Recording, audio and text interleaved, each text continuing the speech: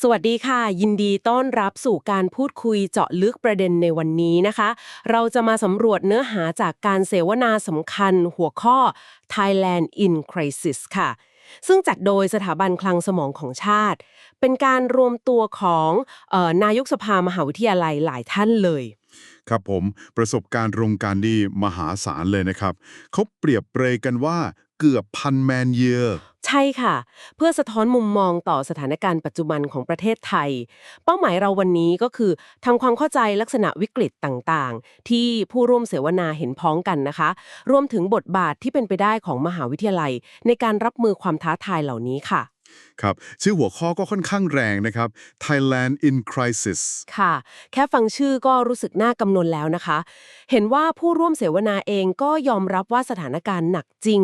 ลิสต์ความห่วงใยได้เป็น10ข้อเลยใช่ครับคือมันไม่ใช่แค่วิกฤตเดียวแต่เป็นปัญหาที่ซับซ้อนเกี่ยวพันกันหลายด้านมากครับเขาพูดถึงตั้งแต่ผลกระทบจากทรัมป์หนี้ครัวเรือนที่สูงมากเกือบ 90%ช่องว่างระหว่างวัยหรือ generation gap การเปลี่ยนแปลงสภาพภูมิอากาศ PM 2.5 ที่กระทบทั้งท่องเที่ยวทั้งเกษตรปัญหา supply chain โดยเฉพาะ SME สินค้าจีนราคาถูกที่ทะลักเข้ามาการบริหารจัดการน้ำผลกระทบ AI ค่ะเยอะมากเลยนะคะครับยังมีเรื่องการนำงานวิจัยไปใช้จริงสังคมสูงวัยอัตราเกิดเราต่ำมากนะครับตอนนี้เหลือแค่ 1.16 โอ้โหใกล้เคียงเกาหลีใต้เลยนะคะใช่ครับแล้วก็เรื่องธรรมาภิบาลหลักนิติธรรม rule of law หรือแม้กระทั่งโรคอุบัติใหม่ฟังดูเหมือนแทบทุกด้านเลยนะคะมีประเด็นไหนที่เป็นแกนหลักหรือถูกพูดถึงซ้ำๆไหมคะมีครับที่ลูกพูดถึงบ่อยๆเลยคือวิกฤตศรัทธาแล้วก็วิกฤตคุณธรรมจริยธรรมในสังคมครับมันเป็นเหมือนแกนที่เชื่อมโยงปัญหาอื่นๆเข้าด้วยกันคือดูเหมือนว่าปัญหาความเชื่อมั่นความไว้เนื้อเชื่อใจเนี่ยมันเป็นเรื่องใหญ่น่าสนใจมากค่ะแล้วถ้าเจาะไปที่ประเด็นเศรษฐกิจที่หลายท่านก็ให้ความสำคัญล่ะคะมีมุมมองยังไงบ้างครับเรื่องเศรษฐกิจนี่ก็หนักครับคือมองว่ามันชะลอตัวมาตั้งแต่ช่วงโควิดแล้วก็มาเจองบประมาณปี67ที่ล่าช้าไปอีกค่ะการท่องเที่ยวมันก็ไม่ฟื้นอย่างที่หวังด้วยใช่ไหมคะโดยเฉพาะนักท่องเที่ยวจีนใช่เลยครับอันนี้กระทบธุรกิจที่เขาเตรียมตัวรองรับไว้เยอะแล้วมันก็มีผลทางจิตวิทยาด้วยที่เรียกว่า rational expectation นะครับอ๋อคือพอคนคาดว่าเศรษฐกิจจะแย่ก็ยิ่งไม่กล้าใช้จ่ายใช่ไหมคะประมาณนั้นเลยครับบวกกับหนี้ครัวเรือนที่สูงอยู่แล้วกลุ่มอาชีพอิสระนี่ก็ลำบากเลยมีกว่า20ล้านคนที่เข้าถึงสินเชื่อในระบบยากมากก็เลยต้องไปพึ่งหนี้นอกระบบกันค่ะแล้วเรื่อง Trump Effect ที่มีการพูดถึงล่ะคะมันเชื่อมโยงยังไงครับอันนี้มองว่าเป็นเหมือนสัญญาณเตือนมากกว่าไม่ใช่แค่กลัวเรื่องภาษีโดยตรงแต่เป็นสัญญาณว่าการพึ่งพาตลาดตะวันตกอย่างเดียวมันเสี่ยงเกินไปแล้วต้องหันมาให้ความสำคัญกับตลาดอื่นบ้างอย่างอาเซียนอินเดียตะวันออกกลางแอฟริกาเป็นเรื่องการปรับตัวกระจายความเสี่ยงนะคะครับผมทีนี้พอเห็นภาพความท้าทายรอบด้านแล้วในงานเสวนาเขามองบทบาทของมหาวิทยาลัยยังไงบ้างคะว่าจะเข้ามาช่วยแก้ปัญหาเหล่านี้ได้ยังไงก็มีการยอมรับนะครับว่ามหาวิทยาลัยเคยมีบทบาทสำคัญในวิกฤตที่ผ่านมาอย่างตอนโควิดหรือโครงการ1มหาวิทยาลัย1ตำบลค่ะแต่ในขณะเดียวกันก็มีเสียงสะท้อนว่าศักยภาพของมหาวิทยาลัยเนี่ยภาครัฐยังไม่ได้ดึงมาใช้อย่างเต็มที่เท่าที่ควรเช่นผู้เชี่ยวชาญด้านเศรษฐศาสตร์การค้าหรือการนำงานวิจัยไปต่อยอดเชิงพาณิชย์อันนี้ก็ยังเป็นปัญหาอยู่ครับเหมือนมีทรัพยากรดีๆอยู่แต่ยังใช้ไม่คุ้มค่านะคะใช่ครับแล้วมีข้อเสนอแนะอะไรสำหรับมหาวิทยาลัยบ้างคะครับข้อเสนอหลักๆคือมหาวิทยาลัยต้องปรับตัวเชิงรุกมากขึ้นต้องทำงานร่วมกันมากขึ้นทลายกำแพงระหว่างคณะหรือแม้แต่ระหว่างมหาวิทยาลัยเองแล้วก็ต้องพัฒนาหลักสูตรให้ทันสมัยให้เร็วขึ้นมากๆอาจจะต้องเน้นหลักสูตรระยะสั้น non degree เพื่อ reskill upskill คนทำงานให้ทันการเปลี่ยนแปลงต้องมุ่งเน้นผลกระทบที่เกิดขึ้นจริงต่อสังคมหรือ real world impact แล้วก็เชื่อมโยงกับเป้าหมายการพัฒนาที่ยั่งยืน SDGs ด้วยครับแล้วในมิติที่ลึกไปกว่าเรื่องทักษะอย่างเรื่องวิกฤตศรัทธาที่พูดถึงตอนต้นมหาวิทยาลัยพอจะมีบทบาทตรงนี้ไหมคะมีการพูดถึงเยอะเลยครับอย่างอาจารย์จรีพรท่านก็เน้นย้ำว่ามหาวิทยาลัยต้องสร้างมนุษย์ที่สมบูรณ์ไม่ใช่แค่ผลิตแรงงาน คือต้องปลูกฝังเรื่องคุณค่าจริยธรรมการคิดวิเคราะห์ด้วยค่ะมีการเปรียบเลยว่ามหาวิทยาลัยควรเป็นเหมือนประภาคารนำทางสังคมแล้วก็เป็นหมาเฝ้าบ้านที่เห่าเตือนภัยด้วยครับโหเป็นภาพที่ชัดเจนมากค่ะแต่เห็นว่าช่วงท้ายๆการเสวนามีการพูดถึงความล้มเหลวในเชิงระบบด้วยอันนี้เป็นยังไงคะครับช่วงท้ายนี่ค่อนข้างจะตรงไปตรงมาครับอย่างอาจารย์สุรพลท่านก็ชี้ไปที่ความล้มเหลวในหลายระบบหลักๆเลยทั้งเศรษฐกิจการเมืองที่ดูไม่แน่นอนระบบราชการที่อาจจะขาดประสิทธิภาพหรือถูกแทรกแซงค่ะระบบยุติธรรมที่มีการตั้งคำถามเรื่องการบังคับใช้กฎหมายที่ไม่เท่าเทียมแม้กระทั่งระบบการศึกษาเองทั้งการศึกษาขั้นพื้นฐานหรือมหาวิทยาลัยที่อาจารย์อาจจะต้องปรับตัวครั้งใหญ่ฟังดูน่ากังวลมากเลยนะคะครับจนถึงขั้นมีการตั้งคำถามแรงๆเลยว่า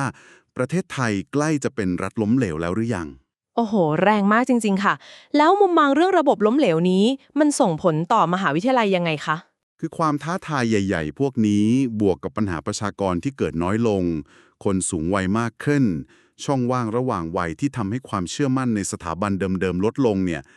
มันซ้ำเติมสถานการณ์เข้าไปอีกคือแม้ว่ามหาวิทยาลัยเองก็มีความท้าทายภายในนะครับทั้งเรื่องงบประมาณนักศึกษาลดลงในบางสาขา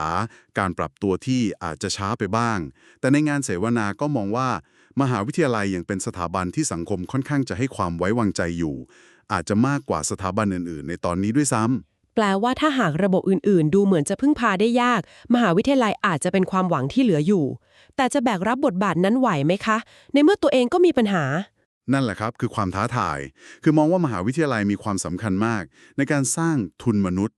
และสร้างคุณลักษณะหรือคาแรคเตอร์ที่จำเป็นสำหรับอนาคตอย่างเช่นความคิดริเริ่มความรับผิดชอบต่อสังคมวินัยความมุ่งมั่นอะไรทำนองนั้นครับค่ะแต่มันก็ขึ้นอยู่กับว่ามหาวิทยาลัยจะสามารถปฏิรูปตัวเองได้ทันท่วงทีหรือเปล่าท่ามกลางปัญหาเชิงระบบเหล่านี้สรุปจากการเสวนาครั้งนี้ก็คือประเทศไทยกำลังเผชิญวิกฤตหลายด้านมากๆที่มันเชื่อมโยงกันทั้งเศรษฐกิจสังคมสิ่งแวดล้อมจริยธรรมแล้วก็มีวิกฤตศรัทธาฝังลึกอยู่บวกกับความท้าทายเชิงระบบขณะที่มหาวิทยาลัยถูกมองว่ามีศักยภาพแต่ก็ต้องปรับตัวครั้งใหญ่เหมือนกันครับและอาจจะมีข้อคิดทิ้งท้ายที่น่าสนใจนะครับคือมีการพูดถึงว่าการเปลี่ยนแปลงจริงๆอาจจะต้องมาจากข้างล่างจากฐานรากมีการยกตัวอย่างครูดีๆที่สร้างนวัตกรรมในพื้นที่ห่างไกลมันก็ชวนให้คิดต่อครับว่าสถาบันอย่างมหาวิทยาลัยซึ่งบางทีเรามองว่าเป็นระบบราชการเป็นท็อปดาวน์เนี่ยจะสามารถเชื่อมต่อหรือว่าดึงเอาพลังจากระดับฐานรากเหล่านี้มาใช้ประโยชน์ได้อย่างแท้จริงหรือเปล่าหรือว่านี่คือโจทย์ใหญ่ต่อไปที่มหาวิทยาลัยต้องข้ามผ่านให้ได้เพื่อจะเป็นพลังในการขับเคลื่อนสังคมอย่างที่ทุกคนคาดหวังครับ Welcome to the deep dive. Today we're really getting into a topic that feels incredibly urgent, very relevant right now. Thailand in crisis.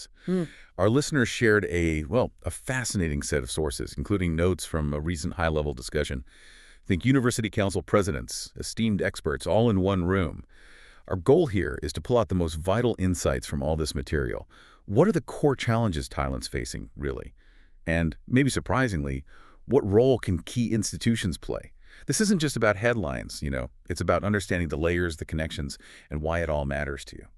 Exactly. And what's really striking looking at this gathering is just the sheer breadth of perspectives. You're talking at a collective, I think the phrase was nearly 1,000 person years of experience, all reflecting on the nation's path. It really makes you think. When a country faces such a complex web, just a tangle of challenges, where do you even start? Where's the wisdom, the capacity to actually respond? That's a huge question to kick off with. So, okay, when these experts first got together, what were the immediate worries? What came up right out of the gate? Well, the initial list was pretty vast, multifaceted. It really painted a picture of a country at a critical point. Straight away, you had economic worries, the Trump effect on trade, for instance. Household debt came up, soaring over 90%. That's huge. Even the selection of a new Bank of Thailand governor was mentioned as a point of concern. Okay, so immediate economic anxieties. Yes, but it wasn't just the economy. The discussion quickly touched the fabric of society, too. The widening generation gap, for example, many felt that's not really being addressed adequately. And then environmental threats. very stark. Climate change leading to natural disasters, and specific things like PM 2.5 pollution and those tiny particles, affecting tourism in places like Chiang Mai for months every year. Right, that smog issue. So a mix of global shifts, internal social issues, and these environmental pressures. What about sort of the core industries? Were they mentioned? Absolutely. Core industries were definitely flagged as being at risk. We heard about the plight of farmers, huge numbers, tens of millions of people, even if their GDP share is under 10%, and supply chain disruptions hitting SMEs, small and medium enterprises, really hard. You know, the backbone. The backbone businesses, yeah. Yeah, exactly. And then the wider context, global trade wars. China flooding markets the U.S. isn't buying from, hitting Thai manufacturers, entrepreneurs. Looking longer term, structural things came up, water management for agriculture, a perennial issue, the massive influence of AI, artificial intelligence across, well, everything, education, business, government, and that persistent challenge of actually using research findings, commercializing them. And on top of all that, there's this demographic time bomb everyone talks about, right? Yeah, precisely. A rapidly aging society. The fertility rate mentioned was 1.16, and projected to hit South Korea's critical level, 0.7, in maybe 5 years. That really makes you stop and think. Future workforce, social support for kids, workers, the elderly, and finally, fundamental concerns. Good governance, rule of law, Thailand's international strategy, even readiness for new diseases. So the picture that emerges is kind of a nation grappling with multiple vulnerabilities, external pressures, internal fragility, maybe some structural rigidity underneath it all. Wow, that does paint a rather sobering picture of the landscape. But the discussion went deeper than just listing worries, didn't it? It talked about specific failures or crises in key areas. What were the really stark assessments? Yes, speakers were quite direct. They articulated several areas where the feeling wasn't just struggling, but genuinely failing or facing severe crises. Economically, a perceived failed economic system. That was the term used. Thailand, once a tiger, now may be seen as the last tiger in ASEAN. GDP stagnation, also a failed tourism recovery. Chinese tourist numbers just haven't bounced back as hoped. Businesses failing because of it. Right, I've read about that. And domestic consumption is stagnant, no big foreign or public investment really driving growth. There was a really critical short-term flag, too, the 2025 budget approval, seen as absolutely essential to avoid even more hardship. And this huge informal debt problem, affecting, over 20 million people with unstable incomes? Debt holidays alone won't cut it. So an economy kind of stuck, plus this massive debt issue. What about politics? Governance? How did that look? Well, that was also framed as failed. A failed political system, characterized by frequent government changes, 2 governments in about a year, leading to this lack of trust, uncertainty, who's actually making the decisions. The bureaucracy itself, seen as failed, lacking principles, constant reshuffles, and, maybe the most concerning, the justice system, also perceived as failed. Powerful people seeming exempt erodes faith, doesn't it? Yeah, that's a pretty heavy assessment. Economy, politics, justice. Okay. But it also touched on something deeper, right? The social, the moral side. Yes, and this part felt particularly poignant. Speakers identified a profound crisis of faith, a moral crisis, this sense that the common good is eroding, self-interest winning out, virtues like, righteousness, fairness, seen as outdated by some. And the generation gap, it's not just different views, it's different values, different communication styles. I mentioned youth not using line, for instance, which is still huge for older generations. It signifies a deeper disconnect and a deep distrust in traditional institutions. A lot of young people, frankly, just lack hope in the current systems, political, economic, bureaucratic. A crisis of confidence, this gap. A moral drift. Wow. And education is often where people look for solutions to these things. How did the education system fare? That, too, categorized as a failed education system, especially basic education, leading parents, if they tend, to seek out international schools. Almost out of desperation, universities themselves face criticism, seen as degree factories, maybe too focused on revenue, not enough on societal needs, and a major structural problem, that incredibly slow curriculum approval, 2 years to approve a 4-year program. Meaning it's 6 years out of date by the time students finish. Effectively, yes. 6 years behind global trends. Imagine trying to prepare students for this rapidly changing world with that kind of lag. That's a huge disadvantage. Yeah. Especially with everything changing so fast globally. How's Thailand seen internationally amidst all this? The assessment was quite blunt. Thailand is seen as not on the radar for major investment focus, like in Forbes Asia. Other nations get the spotlight. Indonesia, Vietnam cited for continuous government resources, big consumer bases. Meanwhile, Thailand's seen as struggling to keep pace regionally, struggling to negotiate effectively. Complex trade disputes were mentioned. And the Trump effect wasn't just about trade deals. It was seen as a signal, the old global order, gone, meaning a need to pivot fast. New markets. ASEAN, India, the Middle East, Africa. So what really emerges from all these assessments, I think, is this perception of a profound institutional trust deficit across the board: economic, political, social, educational pillars. Okay, so given this really quite comprehensive and frankly rather sobering list of challenges, where did the conversation go? Was there any, I don't know, source of hope identified? That's the crucial question, isn't it? In what was described as a state of desperation, if government avenues seem blocked or slow, where do you turn? And the consensus quite strongly pointed towards universities. Despite their own internal challenges, which were acknowledged, they remain a vital source of hope, public trust, they have the intellectual capital, and crucially, a degree of independence. That's really interesting. Universities as a beacon. So the discussion must have gotten into how. How could they actually step up? Did they look at past examples? Absolutely. They grounded it in reality. Universities do have a track record. The example given was during the COVID-19 pandemic, the One University, One Tambon project. One university, one village. Exactly. That was highlighted as a major success. Universities went directly into rural communities. They built strong bonds, academics and locals working together, helped uplift livelihoods. It really showed their capacity for real-world impact, beyond just the campus gates. It showed they can move the needle when they engage directly. Okay, so building on that success, what specific actions, what strategies were actually put forward? What's the game plan for universities now? Well, several key strategies came out, really pushing universities beyond their traditional roles, kind of positioning them as the new national talent architects. First big area, reimagining human capital development. This means actively doing what they called brain and labor filling, attracting foreign talent. Thousands of foreign students annually, skilled labor too. They looked back historically. Thailand has brought in international experts before, and there's this strong belief that nearby countries like Myanmar could be a key source for both labor and brains. Interesting. So bringing talent in, what about the people already here? Right, that's the other side of the coin. Local workforce development, a huge focus on reskilling, upskilling, new skilling. For the existing workforce estimated at 40 million people, often needing to be done in close collaboration with the private sector.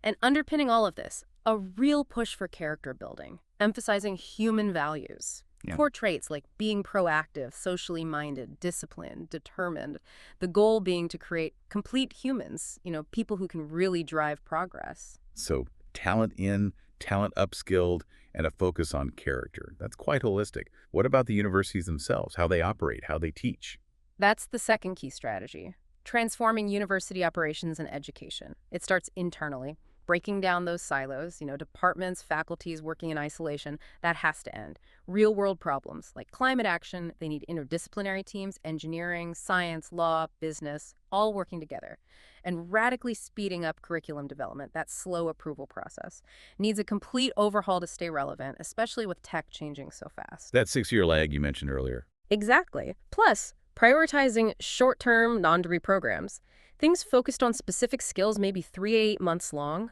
like AI and management or competitive strategy, often partnering with industry, maybe even international universities. Teaching methods need to evolve too, shifting professors from just lecturers to being more like coaches. That requires real-world experience. And a big emphasis on experiential learning. Students learning out in the real world, understanding community issues, seeing communities themselves as teachers. And finally, AI. Not fearing it, but understanding it, using it responsibly. But critically, making sure students still develop core thinking skills, research skills, defending their work. That sounds like a major shift, making education much more practical, much more responsive. And this collective power of universities, are they meant to work together more? Yes, absolutely. Strategic collaboration and internationalization, that's the third pillar. The idea is stop competing so much amongst Thai universities. Start forming strategic alliances. They mention top institutions potentially working together: Chula, Chiang Mai, Mahidol, Thammasat, NIDS, Silpakorn, MSW, sharing labs, developing joint programs, even joint degrees, tackling big issues together like the SDGs, the Sustainable Development Goal. UN goals, right? Yes. The idea is synergy, common impact. Maybe focusing efforts on specific communities, say 100, 200 communities, tackling health or financial literacy together. And global engagement is key. Collaborating with top international universities, MIT, Harvard, top Chinese ones were mentioned. Attracting foreign students, maybe those facing visa hurdles elsewhere, like in the US, bringing global best practices here. They even floated ideas like an Asian Peace Corps, a regional volunteer initiative, and focusing on regional leadership. Within ASEAN, within emerging blocs like BIMSTEC, that's the group linking South and Southeast Asia, engaging closely with neighbors, learning from Vietnam's development, seeing Indonesia as a source for students and brain gain, working with Malaysia. Okay, so collaboration at home, partnerships abroad. It sounds like they're really seeing universities as major players, nationally and internationally. What about their own internal challenges or their wider role in society? That's the fourth crucial area, tackling internal issues and boosting societal impact. University councils need longer-term visions, beyond the usual 4-year rector terms to drive real, sustained change. And importantly, universities need to be more outspoken, proactive, addressing national problems, acting as a beacon, a conscience for society, offering research solutions. Being the barking dog, perhaps. Something like that, yes. A constructive one, offering solutions. This also means rethinking education policy itself, pushing for education to be seen not just as social policy, but core economic and industrial policy. Human capital is central. They also touched on practicalities like financial security for university staff, especially with longer lifespans and pension issues. Inclusivity is vital too, opening doors for individuals with special needs, physical, mental, those who've suffered abuse, providing support, and really deepening community engagement, moving beyond superficial projects to things with measurable social return on investment. Foundations like RACO were cited as examples, specific university initiatives too. The aim is moving towards being a university of society, not just for society, but an integral part of it. And finally, a tough conversation. Potential mergers. Smaller, struggling universities might need to merge to optimize resources and ensure quality. Similar talks are happening in basic education. Okay, let's try and bring this all together for you, the listener. We've just walked through a really profound, deep conversation about the state of Thailand, covering complex economic problems, political instability, deep societal shifts. The experts involved, they really didn't shy away from the harsh realities. No, they didn't. And if you connect this to the bigger picture, it really highlights something critical. In times of widespread crisis, a nation's resilience often comes down to the institutions that still hold public trust, institutions that can act with some independence. And universities, based on this discussion, are clearly positioned as one of those vital pillars. Yeah, and the discussion wasn't just about listing problems. It felt like a powerful call to action, specifically for the universities themselves, to break down their own internal walls, to fundamentally innovate how they teach, to collaborate much more globally and locally, and to really step up as that proactive conscience for society. It's about using their collective brains, their power, to genuinely, move the needle. Which brings up, I think, an important question for you listening right now. If we accept this idea that the nation needs to stay relevant, needs to build hope amidst these challenges, how can you engage with or maybe support the institutions like universities that are trying to step up? Yeah, consider this. This idea of reaching a collective tipping point for positive change may be driven by places like universities. Yeah. It hinges on more than just policy papers, right? It's about igniting that spark, hope, action. Not just in ivory towers, but out in communities, within individuals. Yeah. So what role could you play in maybe fostering some of that renewed trust, that new momentum, something to think about?